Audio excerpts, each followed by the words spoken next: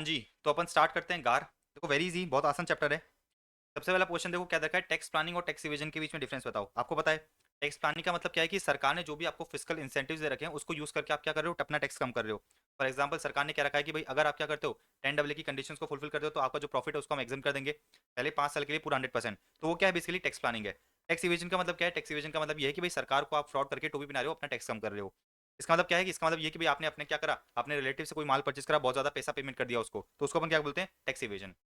अच्छा, आपने को सेकंड क्वेश्चन में बताना है कि भाई जो अपने को फॉरेन चीजें दे रखी हैं वो टैक्स प्लानिंग है क्या, टैक्स टैक्स मैनेजमेंट है या फिर टैक्स इवेजन है। ठीक है, तीन चीजें बतानी है, प्लानिंग है, इवेजन है या फिर मैनेजमेंट है। सबसे पहला बताओ क्या है। देखो मिस्टर पी ने पीपीएफ में पैसा जमा कराया ताकि उसकी इनकम जो है क्या हो जाए, आप ताकि उसकी इनकम 5,90,000 से 4,90,000 हो जाए। सरकार ने कहा है बिल्कुल एटीसी में क्या रखा है कि भाई अगर आप क्या करते हो पीपीएफ में जो है क्या करते हो, कंट्रीब्यूशन करते हो, तो आपको जो डिडक्शन दे दिया जाएगा। तो ये क्या है, मेरा टैक्स प्लानिंग है। ये क्या है, टैक्स प्लानिंग है। देखो इसको अपन कहेंगे टैक्स प्लानिंग। अच्छा नेक्स्ट पॉइंट देखो क्या दे रखा है, एसक्यूएल लिमिटेड ने क्या करा है, मेंटेन करा है register of tax reduction at source effected by to enable timely compliances. तो बेसिकली क्या कर रही है, रजिस्टर को मेंटेन कर रही है टीडीएस का, ताकि ये जो है क्या कर सके, टाइमली कंप्लायंसेस को फॉलो कर सके। तो बेसिकली क्या है, टैक्स का मैनेजमेंट है। क्या है ये, टैक्स का मैनेजमेंट है। तो अगर आप टाइमली कंप्लायंस नहीं करोगे तो आपको जो है इंटरेस्ट पे करना पड़ जाएगा। तो हम क्या करें, बेसिकली टैक्स मैनेजमेंट कर रहे हैं। अच्छा देखो क्या रखा है, individual making a tax saver deposit of 1 lakh in the nationalise bank, कोई दिक्कत नहीं है, अपना क्या है टैक्स प्लानिंग है ये हो गया। देखो tax planning, making a tax saver deposit of इतना, आप क्या कर रहे हो, 80C का डिडक्शन लेना चाहते हो। आ जाओ आगे, a partnership firm obtaining declaration from lenders या depositors in form number this and this and forwarding the same to the income tax authorities। तो बेसिकली क्या है, अपन टैक्स का मैनेजमेंट कर रहे हैं, टैक्स का मैनेजमेंट करें, अदरवाइज हम क्या, हमें पेनल्टी देनी पड़ सकती है, राइट। अच्छा कंपनी ने जो है एसी इंस्टॉल कराई at the residence of director, company ने जो है क्या करा, एसी इंस्टॉल कराई at the residence of director as per his terms of appointment. लेकिन उसको क्या मान रही है, उसको जो है देखो क्या कर रही है, ट्रीट कर रही है as fitted in the quality control section in the factory.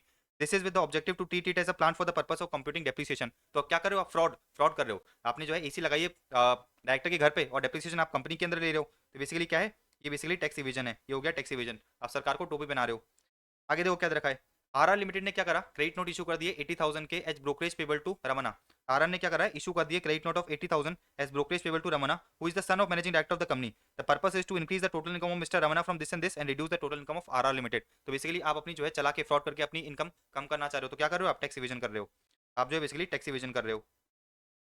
Next देखो क्या दे रखा है, a company remitted provident fund contribution of both of its contribution, खुद का भी और एम्प्लॉय का भी क्या करा, मंथली बेसिस पे मैं जमा करा रहा हूँ। तो बेसिकली क्या कर रहे हो आप, टैक्स को मैनेज कर रहे हो। आप जो है टैक्स को मैनेज कर रहे हो, अगर आप ये नहीं करोगे तो बेसिकली क्या होगा, तो आपका जो है खर्चा डिसलाउ कर दिया जाएगा और आपका जो है टैक्स ज्यादा बनेगा। तो बेसिकली आप टैक्स मैनेज कर रहे हो कंप्लाइंस करके। अच्छा ये क्वेश्चन नंबर 3 है ना, सब्सटेंस ओवर फॉर्म, इसको छोड़ दो, ये अपने काम का नहीं है, ये अपने काम का नहीं है, इसको छोड़ दो, काम का बिल्कुल नहीं है, पढ़ने का कोई मतलब नहीं है ये। थेटिकल क्वेश्चन है कि भाई doctrine of form and substance क्या होता है, अपने काम का बिल्कुल नहीं है। अब देखो क्वेश्चन नंबर 4 क्या दे रखा है, merger of loss making company. अगर आप क्या कर रहे हो, लॉस मेकिंग कंपनी का मर्जर कर रहे हो किसी प्रॉफिट मेकिंग कंपनी के साथ, जिससे कि होगा क्या कि जो लॉस मेकिंग कंपनी के लॉसेज हैं वो सेट ऑफ हो जाएंगे। तो which results in losses setting of profits, और जिसकी वजह से क्या होगा, लोअर नेट प्रॉफिट होगा, लोअर टैक्सेबिलिटी होगी फॉर द मर्ज कंपनी। अच्छा क्या दीज लॉसेज भी डिसलाउड बाय गार, क्या लॉसेज भी है जो, क्या ये लॉसेज को हम गार से डिसलाउ कर दें। तो सीधी सी बात है, अमलगमेशन और जो डीमर्जर होते हैं वो कोर्ट के द्वारा अप्रूव होते हैं, एनसीएलटी के द्वारा अप्रूव होते हैं। बेसिकली जब कोर्ट है जो एनसीएलटी वो जो है सोच समझ के डिसीजन देती है, वो सोच समझ के मर्जर और डीमर्जर का डिसीजन देती है। तो उस केस में जो है बेसिकली गार आप अप्लाई नहीं कर सकते। तो देखो वही दे रखा है नीचे कि भाई गार नीड नॉट बी इन्वोक, क्योंकि अगर एनसीएलटी क्या करती है, एक्सप्लिसिटली एंड एडिक्वेटली कंसीडर करती है the tax implication while sanctioning the merger scheme, तो उस केस में आपको गार इन्वोक करने की जरूरत नहीं है। अब देखो कंपनी ने क्या करा, कंपनी ने सोचा कि चलो यार मैं एसेट खरीदने की बजाय एसेट लीज पे ले लेती हूँ। कंपनी अगर डेप्रिसिएशन लेती तो कंपनी का डेप्रिसिएशन कम बनता, लेकिन कंपनी ने जो है एसेट लीज पे ले लिया तो उसका डेप्रिसिएशन ज्यादा बन रहा है। क्या इसमें गार लगा दें, क्या इसमें गार लगा दें, हम कहेंगे नहीं यार ऐसी बात थोड़ी है, कंपनी ने तो एक चॉइस ली है। भाई आपके पास चॉइस है ना, आपके पास तो चॉइस है कि भाई आप जो है मशीन को क्या कर सकते हो, रेंट पे ले सकते हो, या फिर आपके पास चॉइस है, किस बात का चॉइस है कि आप उसको खरीद के डेप्रिसिएशन ले सकते हो। तो इसमें आपको जो है गार इन्वोक करने की जरूरत नहीं है, तो गार इन्वोक करने की जरूरत नहीं है, मेरली आप क्या करो, मेरली एक सिलेक्शन कर रहे हो। अच्छा फिर नेक्स्ट पॉइंट देखो क्या दे रखा है, मैसेज ग्लोबल आर्किटेक्ट्स इनकॉर्पोरेशन ना कंपनी है जो कहाँ पे इनकॉर्पोरेट है, कंट्री F1 में इनकॉर्पोरेट है। अच्छा ये कंपनी जो है it is engage in the business of providing architectural services, architectural design services across the world.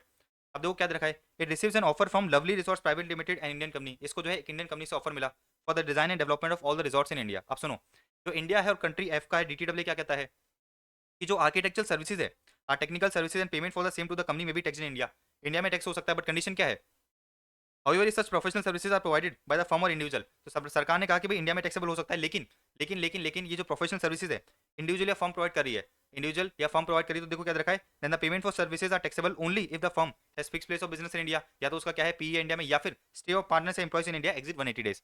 आपको टीटीडब्ल्यू समझ में आया।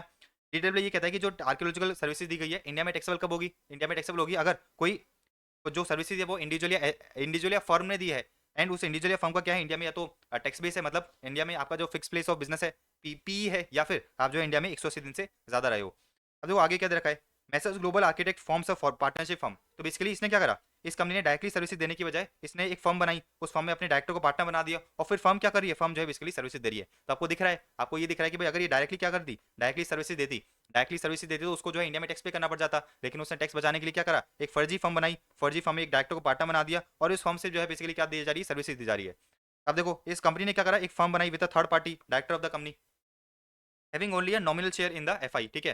The firm enters into an agreement to carry out the services in India. The company seconded its trained manpower to the firm. तो basically company ने क्या करा, एक firm बनाई, कंपनी ने जो है एक फर्म बनाई, और फिर फर्म क्या करी, सर्विसेज दे रही है, लेकिन जो मैन पावर है वो कंपनी से ही आ रहा है, जो लोग हैं वो तो कंपनी से ही आ रहे हैं। तो मतलब बेसिकली आप जो है टीटी का मिसयूज करना चाह रहे हो, आप जो है फर्म बना के टीटी का मिसयूज करना चाह रहे हो, फर्म का बनाने का कोई भी कमर्शियल सब्सटेंस नहीं है, आप फर्म में कोई भी एक्टिविटीज नहीं कर रहे हो। अब देखो आगे क्या रखा है, Thus the partnership firm claim the TT benefit and no tax was payable in India. Can such agreement be examined under GAR? हम कहेंगे बिल्कुल बिल्कुल आपको जो है इस गार को एग्जामिन करना चाहिए, पढ़ो। It is obvious that there was no commercial necessity, कोई भी commercial necessity की जरूरत नहीं थी to create a separate firm except to obtain the tax benefit. The firm was only on paper and the manpower was drawn from the company. The firm did not have any commercial substance. Therefore, it is a TT abuse. ये क्या है basically, आप TT को abuse करो, hence हम जो है गार को इन्वोक कर देंगे। बहुत लॉजिकल है, बहुत ईजी है।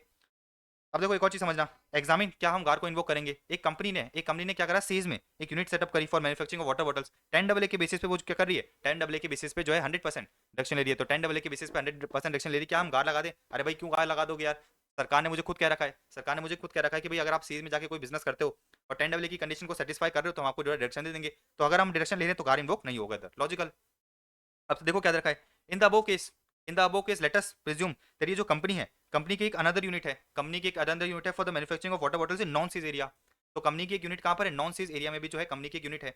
अब देखो क्या दे रखा है, कंपनी ट्रांसफर कर रही है the products of non SEZ unit to the SEZ unit at a price lower than the fair market value. तो नॉन सेज यूनिट से हम क्या दिखा रहे हैं, हम परचेज दिखा रहे हैं, और फिर मैं क्या कर रहा हूँ, मैं इसको अल्टीमेटली बेच रहा हूँ। अच्छा हो सकता था कि भाई क्या करे, नॉन सेज यूनिट डायरेक्टली बेच दे, लेकिन उसने क्या करा, उसने पहले मुझे बेचा कम प्राइस पे, मैं क्या कर रहा हूँ उसको ज्यादा प्राइस पे बेच रहा हूँ। इसका मतलब ये कि मैं जो प्रॉफिट है वो सेज यूनिट के थ्रू दिखा रहा हूँ, मैं क्या कर रहा हूँ, प्रॉफिट सेज यूनिट के थ्रू दिखा रहा हूँ। अब देखो क्या दे रखा है, in respect of such product transfer from the non-sales unit only insignificant manufacturing activity takes place in the sales unit.